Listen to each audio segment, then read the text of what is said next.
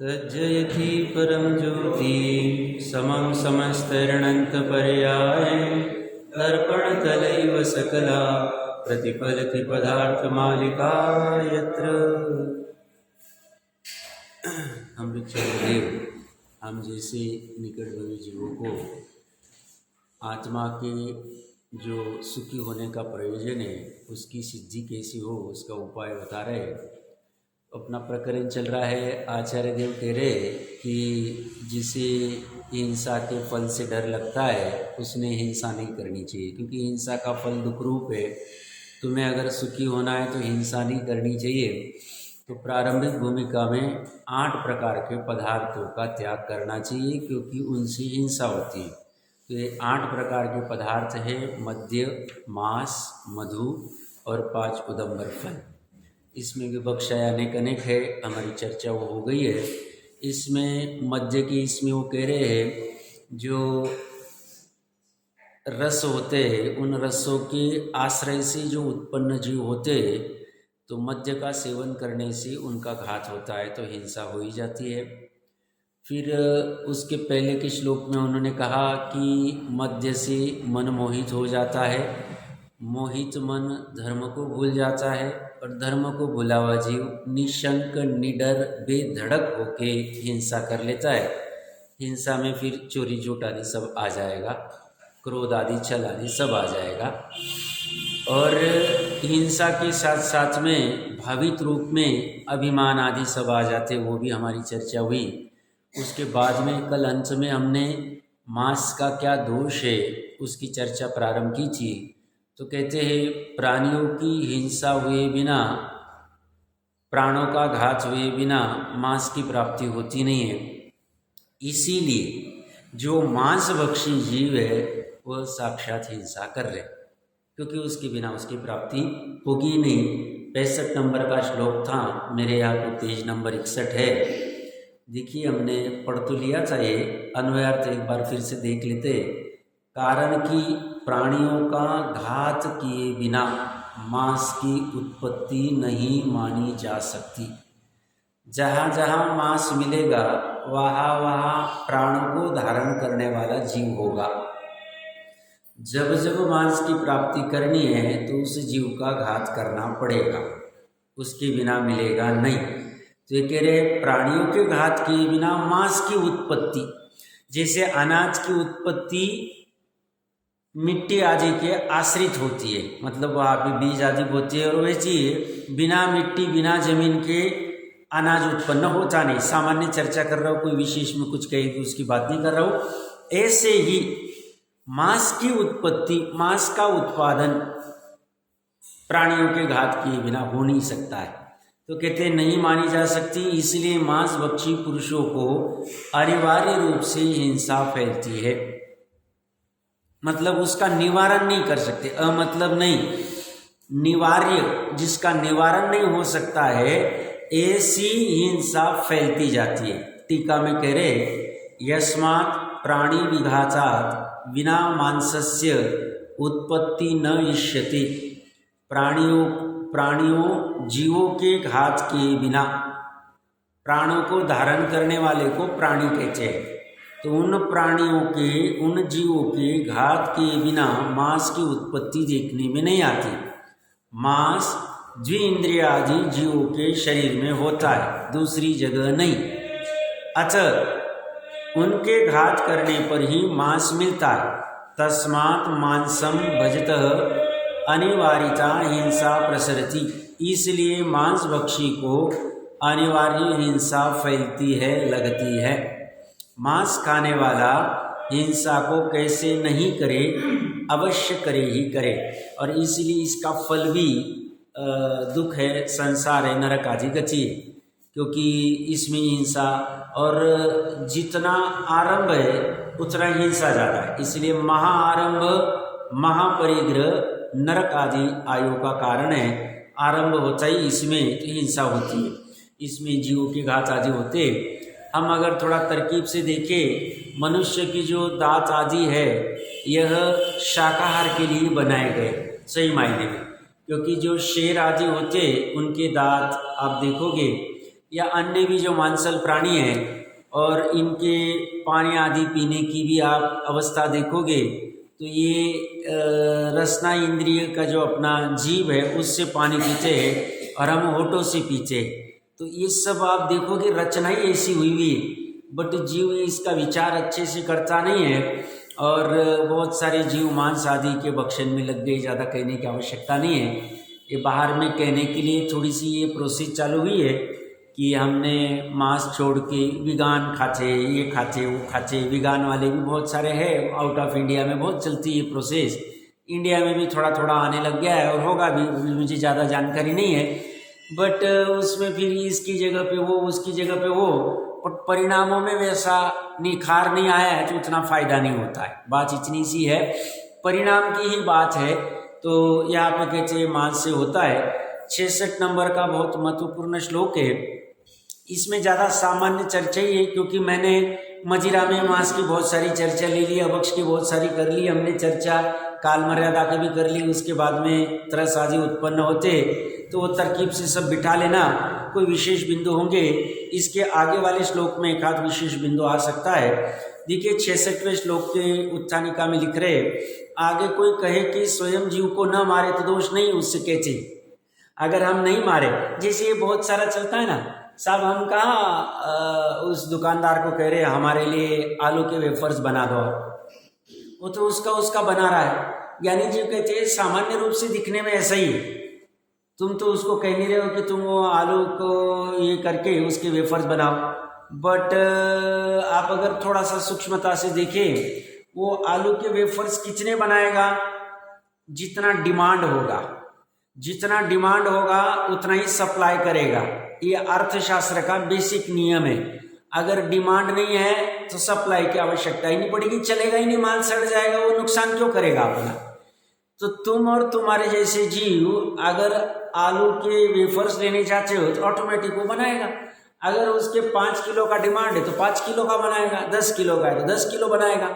जब तुम्हारा आधा किलो 1 किलो नहीं खाओगे, ऑटोमेटिकली वो उतना कम कर देगा। तो स्थूल रूप से तुम बनाने को नहीं कह रहे हो, बट जैसे ही तुम्हारा डिमांड खड़ा होता है वो बना देता है।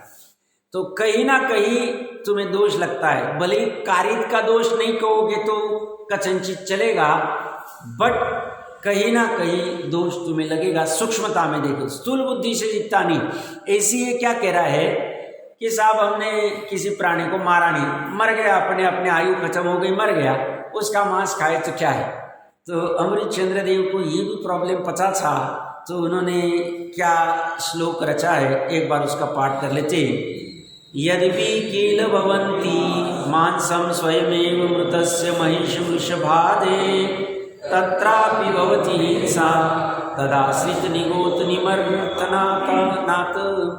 क्या कह रहे, यद्यपि किल भवन्ति मांसम, यद्यपि किल, यह सत्य है कि स्वयमेव, अपने आप ही, मृतस्य, मरे हुए, महिष वृषभादि, भैंस बैल इत्यादि का मांसम, मांस, भवति, होता है, अपने आप मर के मांस उत्पन्न होता है। परंतु तत्रापि, वहाँ भी, अर्थात उस मांस के भक्षण करने में भी, तदाश्रित निगोत निर्मथनात्, उस मांस के आश्रय रहने वाले उसी जाति के निगोद जीवों के मंथन से हिंसा भवती, होती है। अब ये कह रहे हैं वो अपने आप मरा, और तुम कहोगे कि हमने उसको खाया तो मारा नहीं तो हमें दोष नहीं लगेगा। तो बोलती उसके आश्रय से उसी जाति के निगोदी जीव होते। अब निगोद क्या है सबको पता है, ज़्यादा कहने की आवश्यकता नहीं। एक शरीर में अनंत जीव होते, उसे निगोद कहते हैं। तो उसमें बहुघात का दोष लगता है। कितने निगोद होते हैं, तो बोलते हैं एक सुई के नोक के इतने आलू के कण में अनंत जीव। कितने अनंत है, जितने सिद्ध चले गए उसके अनंत। तो तुम बोले साक्षात मांस खाओगे तो उसके आश्रय से उसी जाति के। अब उस जाति का क्या अर्थ करते हैं, कोई इसका अर्थ विपरीत करते हैं, बट मैंने 2-3 आधार भी देखे विद्वानों के और ठीक भी बैठते हैं, और नीचे भी हम पढ़ेंगे टोडरमल जी साहब की टीका, इसी श्लोक में भी और आगे के श्लोक में भी। तो यहाँ पे उसी जाति का अर्थ है उसी वर्ण के, जैसा मांस का वर्ण होगा उस वर्ण के जाति के निगोद जीव होते। यहाँ पे ऐसा नहीं मानना भैंस होगी, भैंस का मांस होगा तो भैंस के समृचन जीव हो गए, ऐसा नहीं मानना, क्योंकि शब्द अमृत चंद्र देव का निगोद है। आगे के श्लोक में भी निगोद शब्द यूज किया है उन्होंने। अगर क्योंकि निगोद अलग है, समृचन अलग है। समृचन जीव किसे कहते हैं? जो बिना माता पिता के उत्पन्न होते हैं। एक इंद्रिय, दो इंद्रिय, तीन इंद्रिय, चार इंद्रिय, पंचेंद्रिय में भी समृचन जीव हो सकते हैं बिना माता पिता के। असंगी भी और संगी भी, तिर्यंज भी। मनुष्य संगी पंचेंद्रिय समृचन जो उत्पन्न होते हैं बिना माता पिता के, वो भी माता पिता के, मतलब वो समृचन ही हो। तो मैं क्या कहना चाह रहा था, यहाँ पे निगोद का अर्थ एक शरीर में जो एक साथ श्वासोश्वास करते हैं, जन्म मरण करते हैं, वो वाले अनंत जीव लेना, एक शरीर के अनेक स्वामी वाला। यहाँ समझ, जो हम 66,336 कहते हैं ना, एक अंतर्मुहूर्त में भव, वो मात्र निगोद वाले नहीं।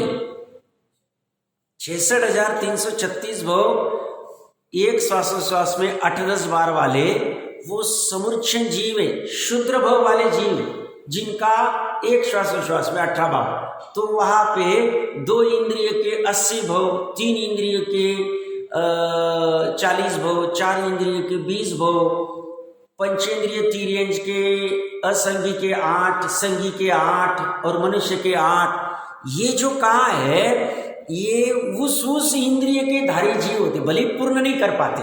तो दोनों में फर्क समझना, बहुत लोगों को कंफ्यूजन होता है यहाँ पे, तो इसलिए थोड़ा विशेष भी मैंने देख लिया था। यहाँ पे जो जुगल किशोर जी मुख्तार जी है, उन्होंने भी करनानियों के बड़े अभ्यासी थे, उन्होंने भी बहुत सारे प्रश्न उत्तर का निराकरण किया। उसमें ये भी एक प्रश्न उत्तर आया था, तो मैंने उनके भी प्रश्न उत्तर से भी देखा है और प्रमाण में यही भाषित होता है। उस जाति का अर्थ बैल वाला संगी पंचेंद्रिय, भैंस वाला संगी पंचेंद्रिय नहीं लेना। यहाँ पे निगोद को बोलते, निगोद हो तो क्या हुआ भैया, तू आलू प्याज नहीं खाता है ना, ऐसी ये भी मत खा, क्योंकि इसमें भी अनंत बहुघात होगा। 5 प्रकार के अभक्ष में एक बहुघात भी अभक्ष है, तो उसमें बहुघात करने से इतने जीवों का हिंसा हो जाएगी, कहाँ भोगेंगे।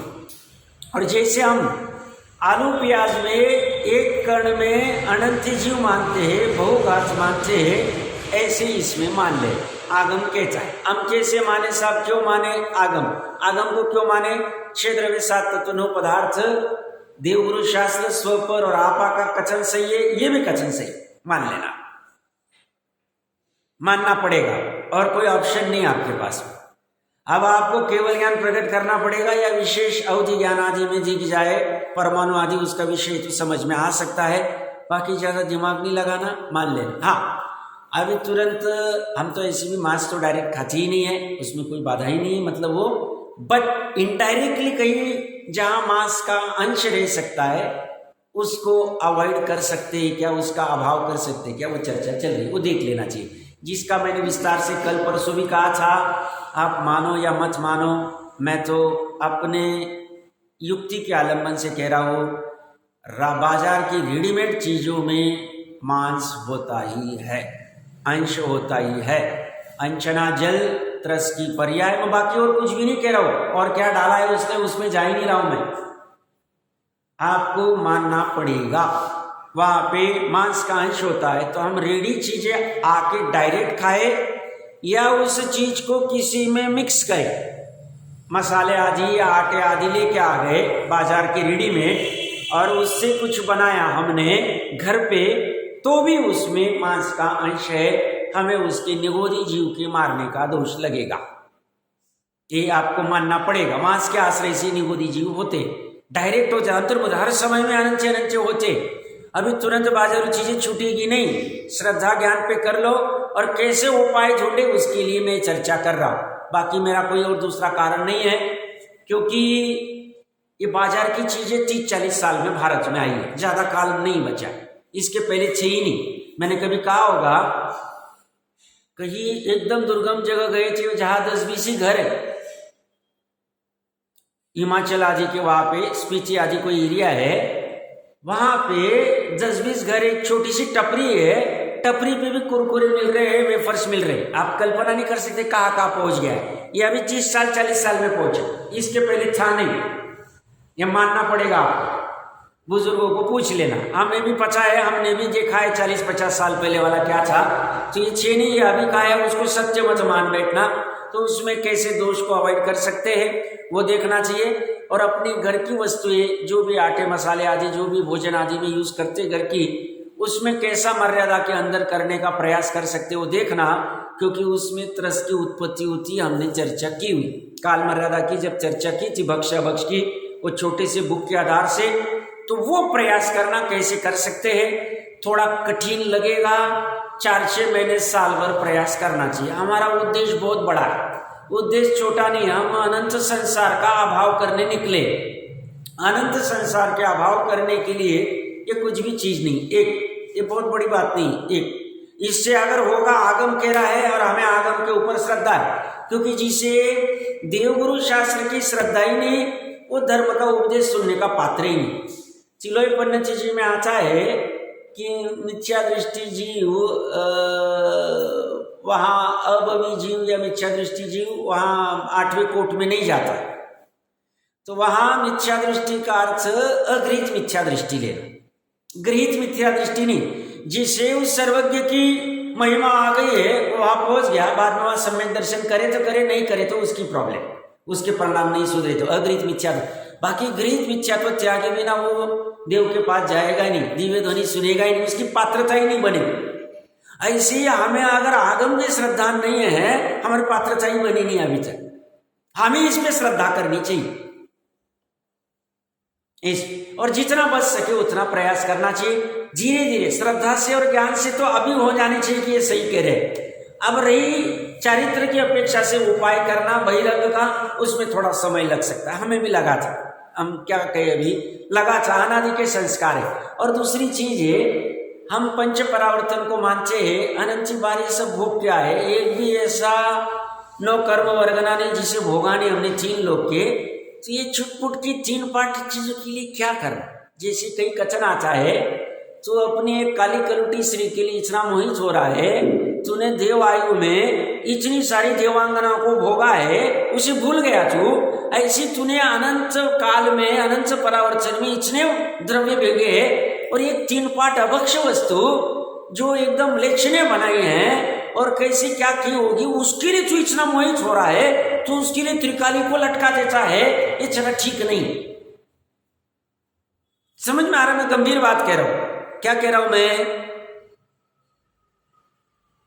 अपेक्षा समझना उसकी क्या कहना चाह रहा। तो ये बहुत बड़ी बात नहीं है। तो याद देखिए क्या कह रहे हैं, यद्यपि ये सत्य है कि बैल आदि के मांस होता है, परंतु वह भी अर्थात उस मांस के भक्षण करने में भी तत्रापि तदाश्रित निगोत निर्मथना, उस मांस के आश्रय से रहने वाले उसी जाति के निगोद जीवों के मंथन से हिंसा भवती होती है। और इतना सब हो के भी कोई जीव अगर नहीं कंट्रोल कर पाए तो उसे अभक्ष सेवन का फल लगेगा। और 330 पेज सदाशिवदास जी रत्नकंडक जी श्रावकाचार, अभक्ष सेवन करने से करोड़ों बार उपदेश सुनने के बाद भी ग्रहण नहीं होगा, क्योंकि आपकी तीव्र कषाय इतनी है कि वो चीज आपको इतनी महत्वपूर्ण लगती, तो ये आपको अंदर बैठा हुआ महत्वपूर्ण लग ही नहीं रहा। वो लग जाए तो फिर हम तो सब कमाल कर दे, वो लगना चाहिए वैसा। तो बात इतनी सी है। देखिए टीका में क्या कह रहे, यद्यपि किल स्वयमेव मृतस्य महिष वृषभादे मांसम भवति तत्र अपि हिंसा भवति। यद्यपि प्रकट रूप से अपने आप मरे हुए भैंस बैल वगैरह जीवों का मांस होता है, तो भी मतलब बिना मारे ही मांस तैयार हो गया, तो भी उस मांस भक्षण में भी हिंसा होती है। किस प्रकार, तदाश्रित निगोद निर्मचना, स्वयं तो जीव को नहीं मारा, परंतु फिर भी उस मांस के आश्रित जो निगोद रूप अनंत जीव रहते हैं उनके घात करने से हिंसा होती है। निगोदी जीव की। यहाँ पे देखिए स्पष्ट रूप से निगोद रूप अनंत जीव कह रहे हैं, और अनंत मात्र निगोद में होते हैं और सिद्ध में होते हैं, बाकी कहीं अनंत होते नहीं। तो ये अनंत निगोदी जीव की हिंसा होगी, ये बात यहाँ फलित होती है। किसी को प्रश्न हो सकता है समूर्छन तिर्यंश फिर कहाँ उत्पन्न होते? वो तो जैसे अशुचि स्थान आदि होते वहाँ होते होंगे। जैसे मनुष्य के समूर्छम मनुष्य जो होते हैं उसका अष्टपौर्ज आदि में आया है, योनि आदि या अपने काक आदि इसमें होते, जो भी वहाँ कथन आया वहाँ देख लेना चाहिए। ऐसी इनकी भी कोई स्थान होंगे वहाँ होते होंगे। एक किसी ने मुझे 15-20 साल पहले श्वेतांबर भाई ने वहाँ की प्रदूषण पर्व चल रही थी, छोटा सा बच्चा था कॉलेज का, अच्छा प्रश्न पूछा था, मैंने शक्ति प्रमाण जवाब दिया था, मेरा तब इतना पढ़ाई नहीं था। तो उसने प्रश्न क्या किया था, बोले जो हम गेहूँ आदि लाते हैं वो गेहूँ में भी जीव है, और जो पंचेंद्रिय बकरे आदि का मांस है उसमें भी जीव है, तो इसकी भी तो उल्टा ये गेहूँ तो हम बहुत सारे मार देते, और वो तो एक ही जीव होता है, एक जीव के आश्रय से, तो उसके मारने में इतना क्या, ये सब पढ़ा हुआ था नहीं, इतना आंसर नहीं दे पाया, बट उतना सामान्य मैंने उसको यही कहा था, पंचेंद्रिय का भव मिलना थोड़ा कठिन है, एक इंद्रिय का भव मिलना सरल।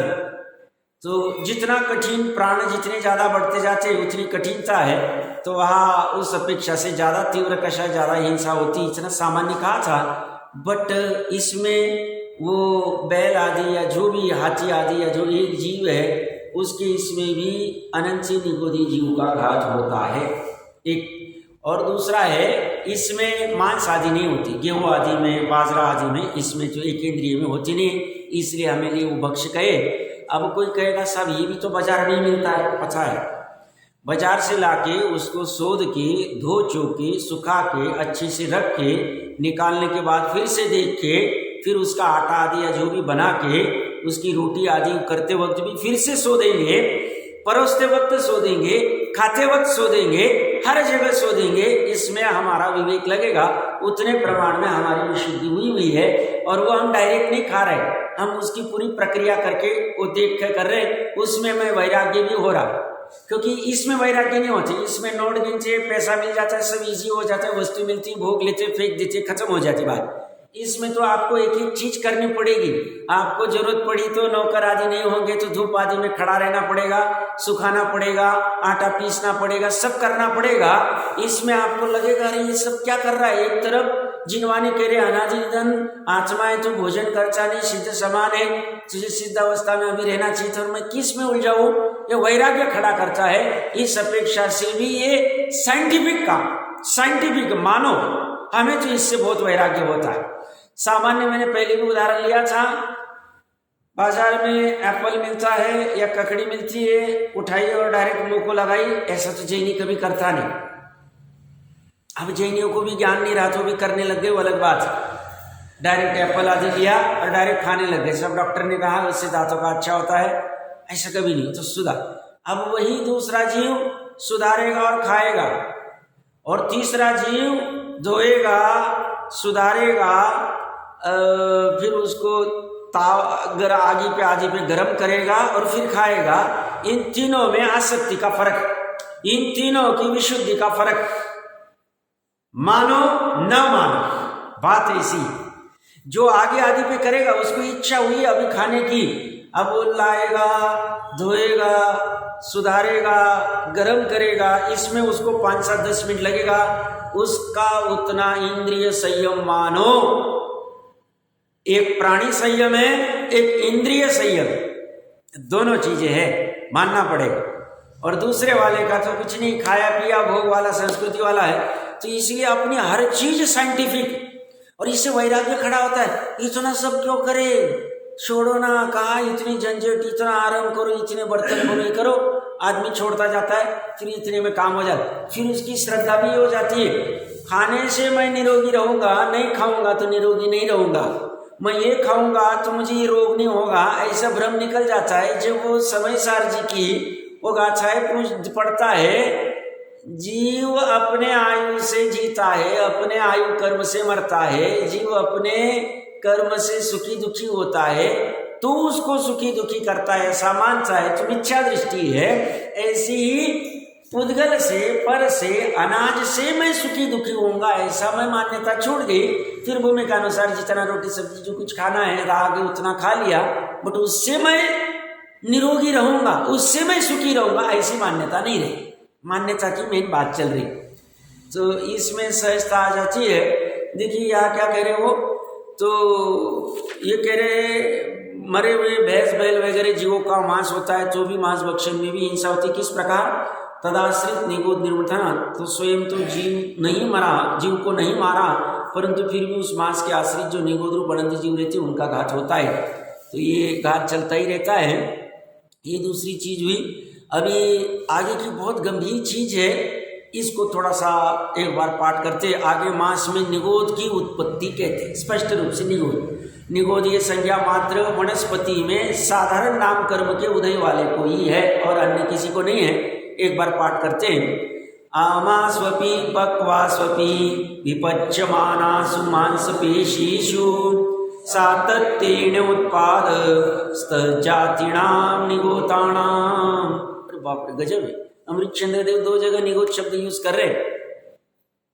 हाँ गजब है। देखो क्या कह रहे, अन्वयार्थ। आमासु कच्ची, पक्वासु पक्की, अपि तथा, विपच्यमानासु पकती हुई, अपि भी, मांसपेशीषु मांसपेशियों में, तज्जातीनाम उसी जाति के, उसी वर्ण के, उसी कलर के, निगोतानाम समृक्षण जीवों का सातत्येन निरंतर उत्पाद होता है। निरंतर मतलब हर समय। कौन से समृक्षण जीव? कौन से समृक्षण? निगोद वाले। कितने? अनंत थे निगत। स्वामी जी ने आचार क्यों छोड़ा था 19 साल की उम्र में? तो बोलते वो अभक्षय, उसमें निरंतर जीव उत्पन्न होते रहते उसकी काल मर्यादा के बाद में, और राई आदि डालेगी तो फिर तो देखना ही नहीं, कुछ हालत ही खराब। ऐसी इस मांसपेशी में निरंतर जीव उत्पन्न होते रहते, निरंतर। बहुत से जो अन्यमती जो डायरेक्ट मांस खाते हैं, फ्रीज आदि में लाके भर देते 4 दिन, निरंतर जीव उत्पन्न मरण होते। तुम्हारे निश्रय में तुम मरो, वो तुम्हें हिंसा का पाप लगेगा। क्यों? तुमने इस घर को, इस फ्रिज को, इस वस्तु को अपना माना, तो तुम्हें उसका लगेगा। तुम स्वयं जाके बाजार से लाए, तुम्हें कोई लाके यहाँ पटका नहीं। जैसे मुनिराज को किसी ने वस्त्र डाल दिया, ऐसा कोई उपसर्ग नहीं किया है, तुम बुद्धिपूर्वक गए थे। जैसे अपने श्वेतांबर भाई, वो मुनिराज स्वयं जाके कपड़े लाते और फिर ओढ़ते, ऐसे दिगंबर मुनि नहीं होते। उनको कोई वो डाला तो उसको उपसर्ग मानते, दोनों में फर्क है। स्वयं जाकर, ऐसी तुमने स्वयं जाके होटलों में खाना खाया, स्वयं जाके बाजार की चीजें लाई है, स्वयं जाके भक्षण किया है, उसमें अगर मांस है तो उसका तुम्हें हिंसा का, समूर्छन, अनंत जीवों के घात का दोष लगेगा। मानो या न मानो, कच्चा रहो, पक्का रहो, पकता रहो। तीसरी बार लिख रहे। अब इसमें महत्वपूर्ण क्या चाहिए? वहां पे वो कह रहे हैं मांसपेशियों का उसी जाति के समूर्छन जीवों की निरंतर उत्पाद होता है, उत्पाद निरंतर चलता है और हिंसा भी होती है। टीका।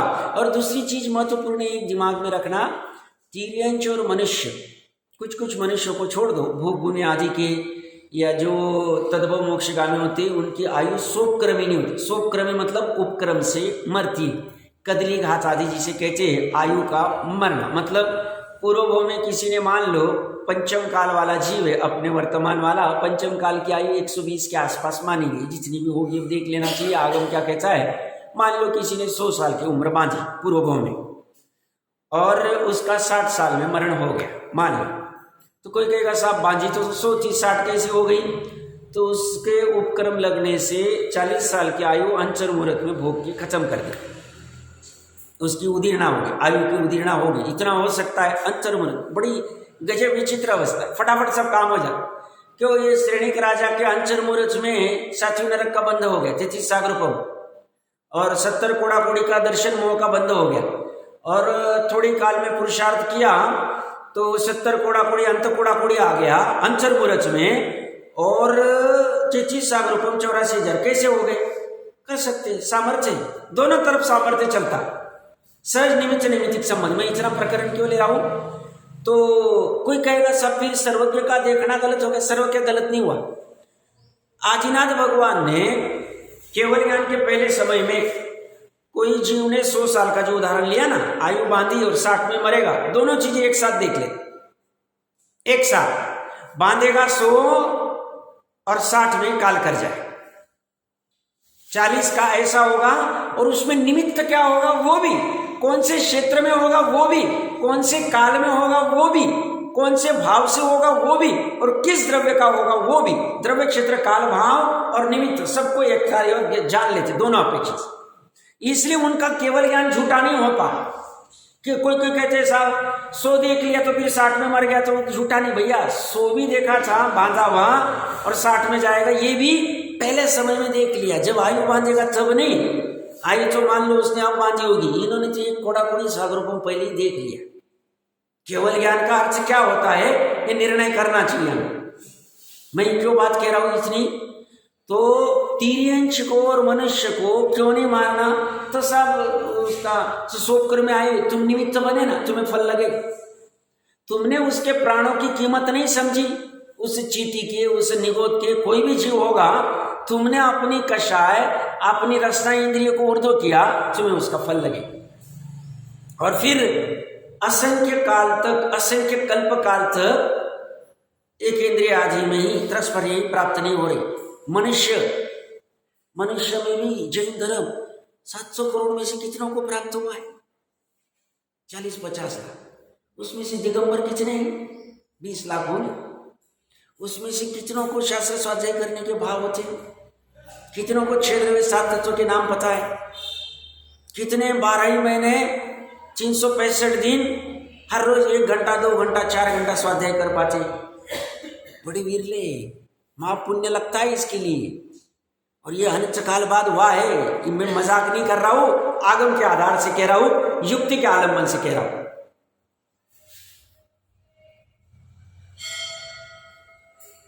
इतना कठिन हो जाता है। और हम अभी अपना पूरा पुरुषार्थ करके, हमें सम्यक दर्शन से कोई मतलब नहीं, हमें वस्तु स्वरूप समझना है और हम सुखी किससे होंगे उस वस्तु का निर्णय करना है। उस वस्तु का निर्णय होते ही सम्यक दर्शन हो जाएगा। हमें सम्यक दर्शन की अटक नहीं है। हमें तो जितना कर सकते कर लेंगे, सम्यक दर्शन नहीं भी होता हमें कोई दुख नहीं, अनंत काल तक नहीं होगा तो हमें कोई प्रॉब्लम नहीं।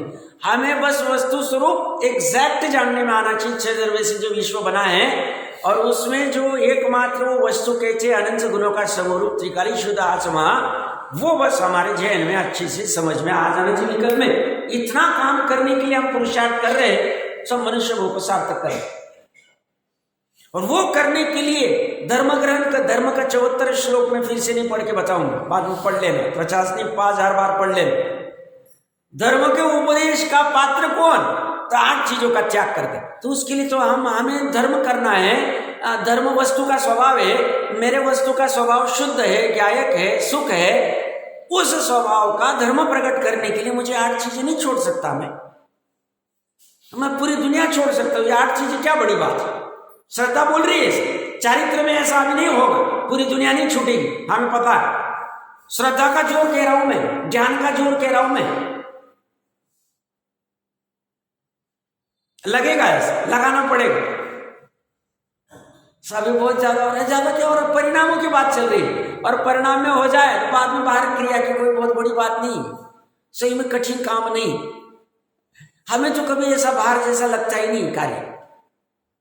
जितनी गृहस्थ की भूमिका में हमें करना पड़ता है, हमें बाहर जैसा लगता है। हमें वह आत्मा के लिए कार्यकारी लगता है, वितरा भाव का पोषक लगता है। 8वां अधिकार मोक्ष मार्ग प्रकाशक चरणानियों के दोष कल्पना की निराकरण पढ़ लेना चाहिए। चरणानियों की कथन पद्धति, चारवानियों की कथन पद्धति, वह तत्वज्ञानी को भी चरणानियों के कार्य क्रिया जो भी कुछ कही, श्रावक की, मुनि को 4 हाथ जमीन देखना बोझा नहीं लगता है। उसे हित मित प्रिय भाषा समिति से बोलना बोझा नहीं लगता है। उसे आहार के लिए 46 दोष टालना बोझा नहीं लगता है। उसे 4 महीने के पहले 2 महीने के बाद केश लोच करना बोझा नहीं लगता। लगे तो वो मुनि नहीं, समझ में नहीं आता उसको मुनि बना। वो उसके वितराग भाव का पोषक आवश्यक लगता है। ऐसे ही श्रावक अभी गृहस्थी छूट नहीं रही, मुनि बन नहीं रहे, तो गृहस्थी के जो कार्य करने हैं जो अभी आवश्यक है, उसके बिना हो नहीं सकता है, उनको करते वक्त यत्नापूर्वक करने में, यथार्थ योग से करने में उसे बोझा नहीं लगता है, थकान नहीं आती। शरीर की कमजोरी अलग बात है, या असाता वेदनी अलग है, श्रद्धा की बात कर रहा हूं, ज्ञान की बात कर रहा हूं। उसे वो ऐसा लगता नहीं हम क्या कर रहे, उसे लगता है ये सहचारी ये साथ रहेगा, एक काल तक रहेगा, 6वें तक रहेगा, 7वें से छूट जाएगा। क्या क्या चर्चा चल रही है, तो ये कह रहे आमास्वपी पक्वास्वपी विपच्यमाणासु मांसपेशीषु तज्जातिनाम निगोतानाम सातत्येन उत्पाद अस्ति। कच्चा हो, अग्नि पर पका हुआ हो अथवा अग्नि पर पक रहा हो, ऐसे सर्व मांस के टुकड़ों में उसी जाति के, उसी वर्ण के निगोद या अनंत जीव समय समय समय समय, एक समय कितना है, 1 सेकंड में असंख्य समय है, हर समय समय अनंत जीव उत्पन्न होते हैं। समझ में आ रहा है? तो यह श्रद्धा महत्वपूर्ण है। अभी क्या हो पा रहा है, हमारे घर पे भी चर्चा चलती, कह रहे ये मसाले की थोड़ी मर्यादा आगे बढ़ रही है, इसका ये हो रहा है। तो शुरू में होता था, अभी इतना थोड़ी हो सकता है। मैं बोला वो अभी क्या हो रहा है, बढ़ रहा है, वो जाने दो। श्रद्धा में क्या रखना, नहीं हमें ठीक नहीं कर, नहीं हम ठीक नहीं कर रहे, इसमें इतने जीव समय समय उत्पन्न हो रहे, आगम की आज्ञा है। श्रद्धा में ऐसा रखवा, फिर धीरे धीरे प्रयास करो। अरे ये तो ऐसा क्यों कर रहे, ऐसा क्यों नहीं कर सकते, ये क्यों नहीं कर सकते, अपने आप मार्ग खुलता जाएगा। भावना होगी, भावना ही नहीं है और सिर्फ गप्पा लगाने हैं और सिर्फ निश्चयावासी होना है, तो फिर तो काम ही नहीं होगा। भावना चलनी चाहिए, भावना समय समय पर आगम प्रमाण। सब टोडरमल जी को नहीं मानते तो फिर ठीक, जय जिनेन्द्र भैया हम नहीं कुछ कह सकते। टोडरमल जी जैसा दिग्गज जीव मैंने तो विद्वान के लेवल पे देखा नहीं है बच्चा, लिखित रूप में, जिसका क्या कमाल काम कर गए। और वो कह रहे हैं बात ऐसी ही है, और ऐसा नहीं अमृतचंद्र में ऊपर देव कह ही रहे। तो यहां पे कह रहे निगोदी आनंद जी समय समय निरंतर हम नहीं पकड़ सकते, आगम के वचन है। यहां पे परीक्षा नहीं कर सकते हम, परीक्षा जीव की कर सकते हैं, अजीव तत्व की कर सकते हैं, आश्रव की कर सकते हैं, बंध की कर सकते हैं। भाव आश्रव क्या है, भाव संवर क्या है, भाव निर्जरा क्या है, भाव मोक्ष कैसा होगा, द्रव्य मोक्ष कैसा है, ये कर सकते हैं। इसका 6 द्रव्य की कर सकते हैं। एक ही परमाणु के अंदर अनंत गुण कैसे हो सकते हैं, रस गुण भी है क्या, गंध गुण भी है क्या, इसकी विभाव पर्याय कैसी हो सकती है, स्कंद की विभाव पर्याय होती है क्या, आत्मा की मोह की विकारी पर्याय होती है क्या, इसका कर सकते हैं। देव तत्व ऐसे ही होना चाहिए क्या, अनंत ज्ञान होता है क्या उनको, अनंत दर्शन अनंत सुख हो सकता है क्या, वो 3 लोक 3 काल और आलोक को एक समय में जान सकते हैं क्या, इसकी परीक्षा हो सकती। ऐसा कोई जीव होगा क्या, गुरु ऐसे हो सकते हैं क्या, 3 कषय चौकड़ी का भाव में उनको 28 मूलगुण बोलने के भाव, हर अंतर मुहूर्त में शुद्ध उपयोग, उनकी ऐसी वृत्ति होती है, ऐसी वृत्ति नहीं होती है, ऐसा आहार करते ऐसा नहीं कर सकती, इसकी परीक्षा कर सकते। जंगल में रह सकते हैं क्या, शेर आदि के बीच में खा भी लेवे तो हो सकता है क्या, परीक्षा कर सकते। स्वपर की परीक्षा कर सकते, आपा की परीक्षा, यह परीक्षा नहीं कर सकते। यहाँ तो तुम्हें केवल ज्ञान, यहाँ अवधि ज्ञानी भी नहीं कर सकता। क्यों, एक एक समय का इतना पकड़ना, उसका विषय होगा कि नहीं होगा समझना पड़ेगा, नहीं पकड़ सकता है। अनंत उसका विषय ही नहीं, एक समय में अनंत चीजें उत्पन्न हुए तो केवल ज्ञान का विषय है। अनंत ये केवल ज्ञान का विषय, असंख्य अवधि ज्ञान का विषय।